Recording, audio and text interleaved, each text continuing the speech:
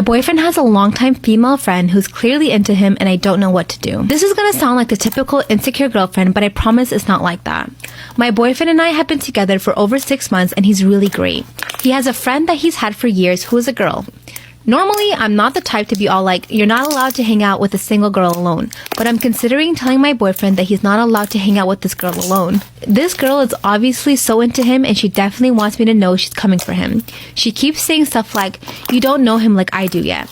Or, we used to go to that place together all the time long before you guys started dating. She also had cute pet names for him and I didn't like it, and as soon as I heard it, I told my boyfriend I didn't like it and he made her stop. Oh my gosh, Josh, remember when we went on a hike, just the two of us? That was the best day. I asked her straight up if she was into him and her response pissed me off. She was like, I know it's intimidating how close he and I are, but don't worry, you're the girlfriend, I'm just a friend, right? With a smug smile on her face.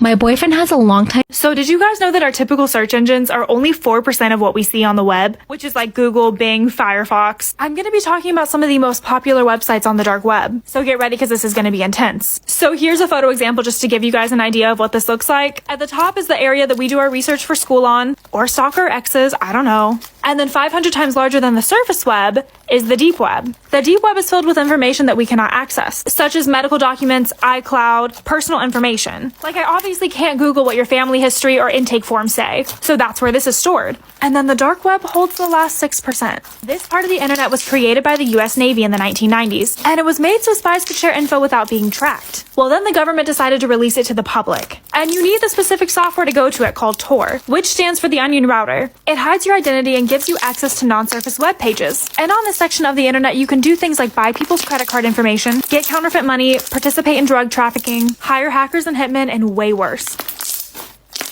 So did you guys know that our typical search... Am I the asshole for letting my daughter wear an expensive dress to my sister's house? Me, my husband, and our 15-year-old daughter, Georgia, went to my sister's place for lunch this past weekend. Georgia is very bright. She completed her exams early and is now studying more advanced material. She's a big fashionista, a lot more than I was at that age. She loves pretty clothes and outfits, and we're happy to get her as much as we can, provided she behaves well and keeps up the good grades. The lunch with my sister was fairly casual, but Georgia wore her new pink dress. My sister isn't as well off as we are, unfortunately, and she is raising 3 children on her own, and her job isn't a high-paying one.